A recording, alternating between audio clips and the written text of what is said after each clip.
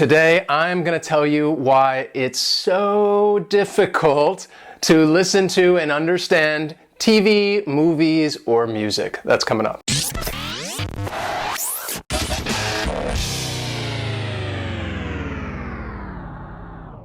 Something that we often hear is that I understand every single word you say, but when I'm listening to a TV show or watching a movie or listening to music, I have a lot of difficulty understanding what's being said and trying to follow along with the conversation. It's so much more challenging. I don't understand anything you just said. I don't understand anything you're talking about. I am just saying that I don't think that you understand what I am saying. Today, I'm going to tell you why that is, but also I want to talk to you about why it's still important that you keep doing this to practice your listening skills. I want to start out telling you just a quick story. The first language that I learned was Spanish, and listening, to be completely honest, is one of the more difficult language skills for me. But something I really enjoyed doing was listening to Spanish music. I would even try to sing along with the songs and pick out the words. For those parts of the song that I wasn't too sure of, you just mumble your way through it. But in general, I thought that I understood a great deal of these songs.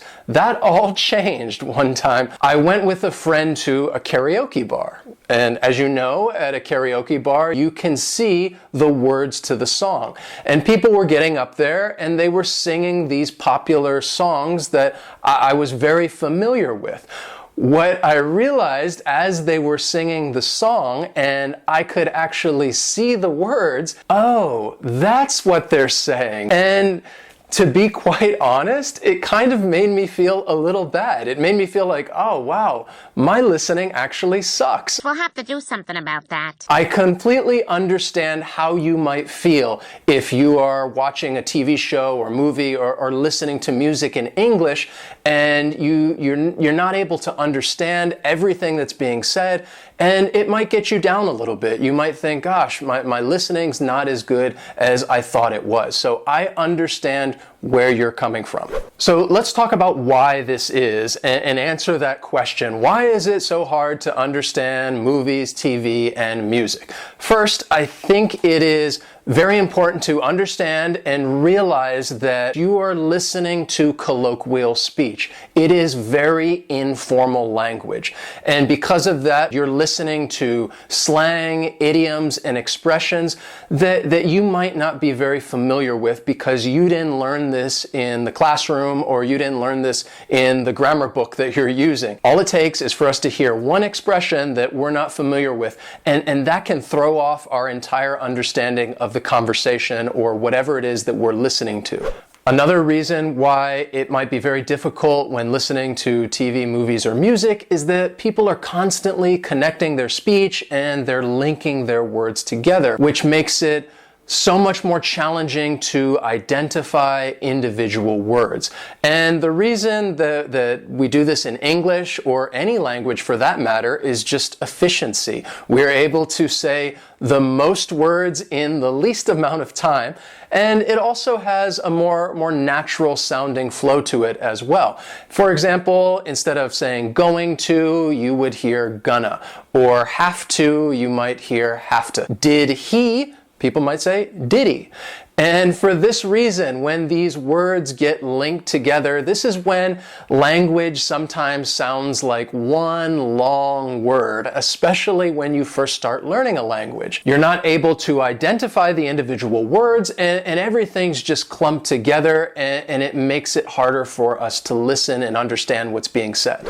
A third reason is that really, depending on the video and the situation, people may speak faster than they normally do in real life. I think this is especially true with music, because with music, it's all about producing that nice sound. It's not necessarily about trying to speak clearly and articulate each and every word. And this can also be true for video as well. Naturally, people end up speaking a little quicker if they might feel nervous or a little anxious, and that tends to happen when you're in front of a video camera. So if you're just randomly watching people on YouTube and trying to follow along with their vlog or a story that they're trying to tell, they may end up speaking a little faster than they normally do if they're just speaking with a friend in real life. And for those reasons that I just told you about using slang, idioms, expressions, linking words, speaking fast, that makes it the most advanced form of listening. And I think that's something that people tend to forget about, because when you talk about practicing your listening skills, people practice listening to TV, movies, or music all the time. And therefore, I think it's important to understand, well, okay, this is a very advanced form of listening, so if I don't understand, that's perfectly okay. You should not feel bad whatsoever if you have difficulty understanding a TV show or a movie. You should think about listening just like any other language skill. When you first start, you're going to be a beginner, and then an intermediate, and then over time you'll move into that advanced stage, and then you'll be able to understand everything that's being said. Now, if you're somebody who's looking to improve your listening skills and you're wondering, well, how can I do that? We did a lesson that was all about how you can improve your listening skills and different things that you can do to practice your listening skills, and I will link that above. Now that you know why listening to TV, movies, and music is so difficult, I don't want you to think, well, I'm just not going to do that. It's too advanced. I don't need to be doing that right now.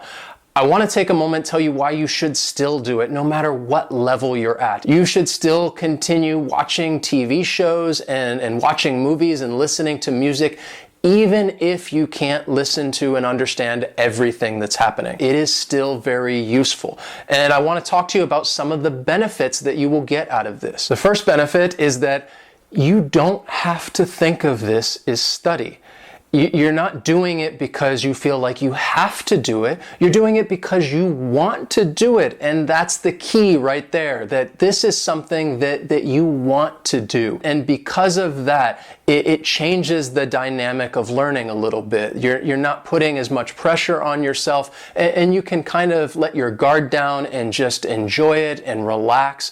And it does really help the learning process. Let me give you an example. Many times students have asked, what TV show should I watch if I want to learn English, or what are some movies that I should watch? And that tells me that you may be looking at this the wrong way, because I always tell learners the same thing. You should watch something and listen to something that interests you.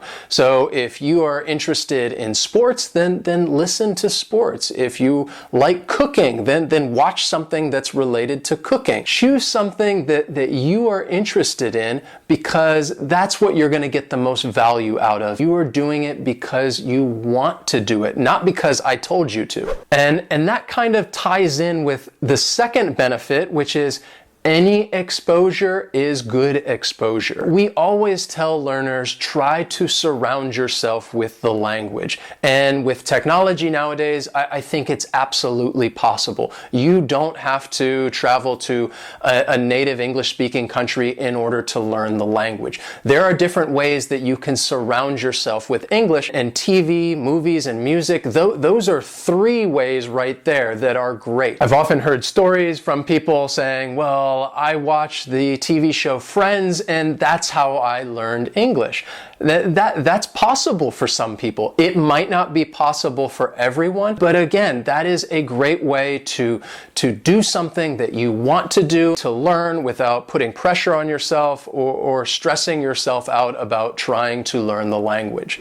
Another benefit is that this is completely learner directed. You get to choose how you are learning English. You get to choose the TV show you're watching, or the movie you're going to watch, or the music that you're going to listen to. This goes back to what I just told you about find something that you are interested in.